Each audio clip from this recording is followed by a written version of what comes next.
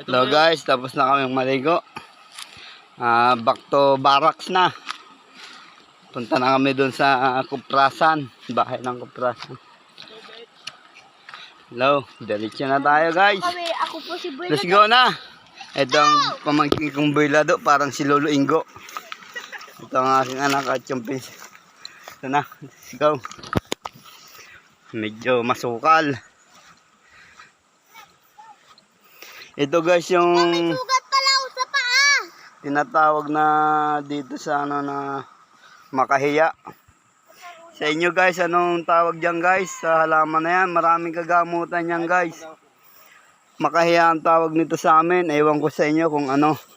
Comment nyo guys kung anong pangalan tawag niya sa inyo. Saka ito guys, oh.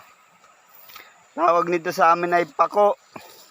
Ewan ko sa inyo guys kung anong tawag niyan sa inyo. Comment nyo lang guys sa akin para ma-share natin sa iba kung anong tawag nila sa kanilang lugar. Yan guys, oh. Puno ng kawayan. Bamboo. Yan yung ginagawang mga bamboo seat. Yan.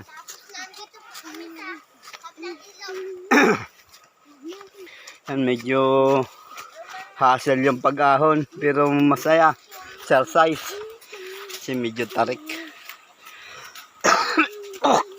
Excuse guys. Nauubo ako. Medyo may hangover pa. Kahit di umiinom. Guys, ito yung nyog. Siya yung dinadala ko sa Cavite. Binebenta ko. Yan, nagpapaharbis na si Otol ng nyog. Kukuprasin yan guys. Yan yung kupras na ginagawang mantiga. Yan, sobrang ahon. Nihingal na ako guys. Walang exercise eh. Puro sa Cavite kasi, puro upo, tambay lang ako ron. Pag umuwi lang ng probinsya, nakaka-exercise. Grabe ang hingal ko guys. Yan pa guys, oh, nyog.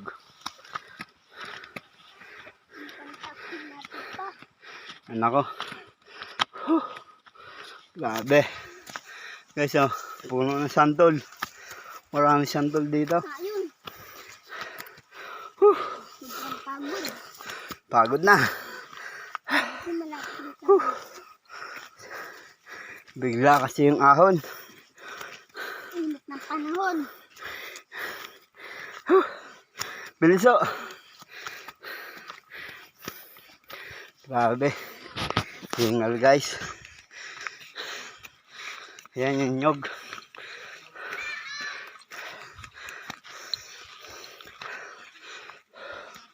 Bilis na. Hindi pala ako nakabuhos ng paa. Yun na.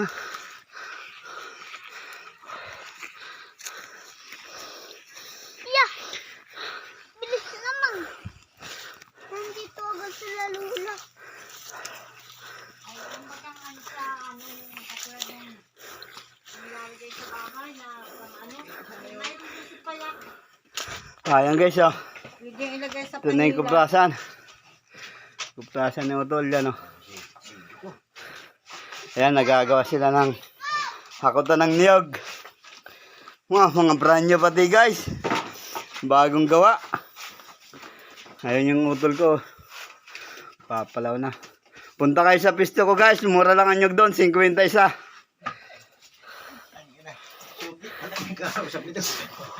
Punta yan, oh. Mura lang yan doon. 50 isa sa akin. Benta ko. Kayod na yun. Libre kayod. Sige guys, mamaya ulit.